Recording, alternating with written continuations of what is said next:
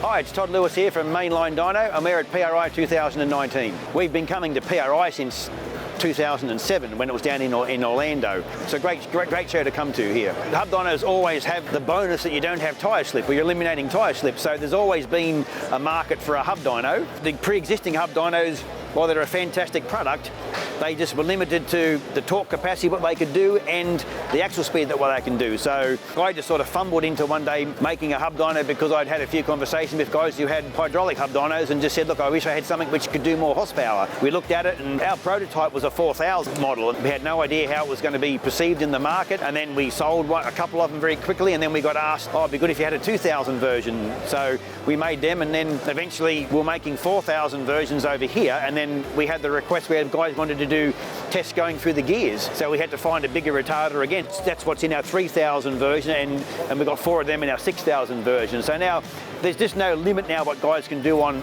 dynos, and that's why Hub Dynos has become such a big part of the scene now. It's very big in Australia, but we export 50% of our products over here to the States, Hub Dyno wise. Well, look, it's purely because you can do what you can do with them at the end of the day, and there's no restrictions. So there's certainly been a steady increasing numbers. It's just purely because you look at the drag racing scene in Australia now, everybody's going faster, and pretty much every one of them you can name that they've ever been on from a workshop who owns a Hub Dyno, or they've been to a dyno and put on a Hub Dyno, pretty much they have. So while you can do a dyno pull of 1,000 or 1,100 horsepower on a roller dyno, but you can't tune at that level. You put some timing in or boost in, and you just blow the tyres off on the next run, or you go backwards. The Hub Dyno eliminates that thing. So guys typically, they'll get to 600 kilowatts, and you can get repeatable numbers back to back at 600 kilowatts, but then you chuck it on a Hub Dyno, you pick up 100 kilowatts, it shows you how much tyre loss that's in there. And not a lot of people don't think that.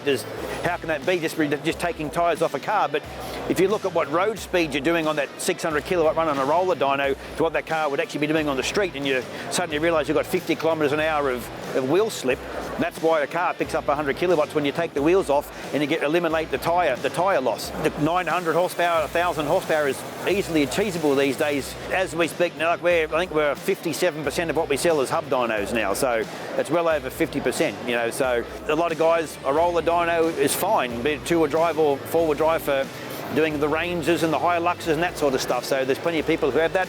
We have a huge percentage of guys who have both dynos. But personally, as far as when you start to need one, look, 700 horsepower-ish is where, they're the sorts of numbers where the smarter operators, they'll suddenly realise, oh, okay, this car, I just made 50 horsepower more by changing the tyres on the car. So that's why people, they're sick and tired of typically the customer's upset because, I was expecting 800 or 700 horsepower, and, they've got to go start changing tyres to get the number the customer after, because a harder, smaller profile tyre is a better dyno tyre. It's not the thing for the street, but it's a good dyno tyre. So a roller dyno, if you're going to do half a dozen a day, then that's nice and quick and easy, whatever. So that's where the roller dyno is the best possible product to have, whatever, So, and that might just be a 150 kilowatt diesel thing, or it still might be a Commodore where it's a 200 kilowatt, 300 kilowatt Commodore, whatever. That's still quite achievable on a roller dyno, it is. So there's still a place for them. There probably always will be. Apart from removing the wheels and tyres out of the equation and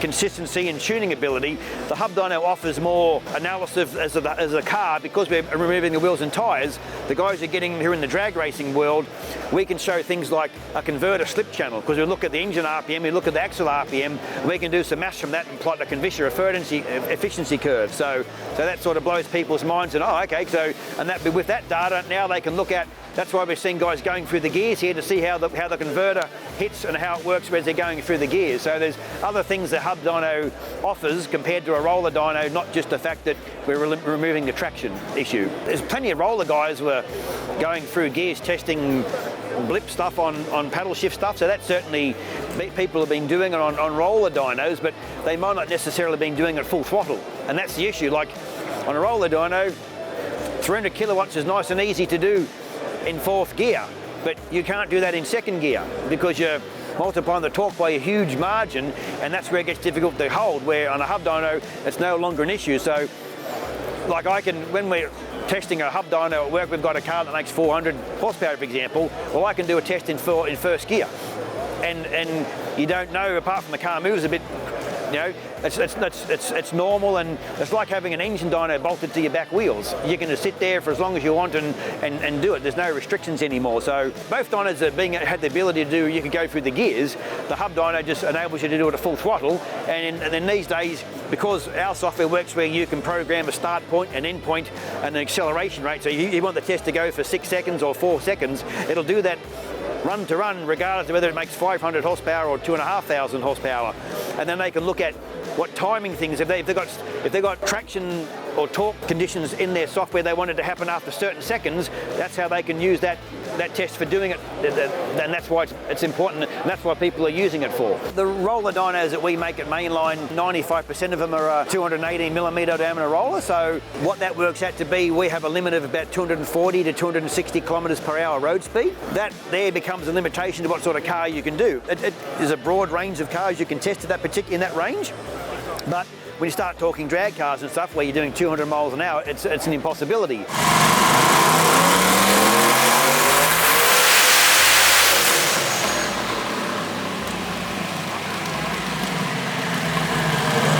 The Hub Dyno, just by natural fluke, the retarders we use in our Hub Dynos, they have a limitation of 3,600, it's actual RPM. So what that works out to be in the real world on a Hub Dyno, most cars people are testing, the tests only go to about 1,800 to 2,000 actual RPM. So there's a huge range of extra road speed you can actually test cars at now. So what the axle dyno equates to in the real world, like if you take an R35 GTR, spin into 10,000 RPM in fifth gear, that's about 26 to 2,700 axle RPM. It's 410 kilometres per hour, completely doable on a Hub Dyno all day long. And we now have lots of guys here who are doing half-mile cars over here. They want to be able to put their GTRs in sixth gear, and they're doing 250, 260 mile an hour in a half-mile event. So they want to be able to test the car at that. So the Hub Dyno does it with ease. And we've even had guys over here now who are doing land speed record cars on some of these Hub Dynos. So some of them, they do it to change some gearing in the car, but they can at least do some testing on a land speed car. So there's a whole other world of testing we can do. Things like these drag cars are easy. They only go to 2,200 axle RPM.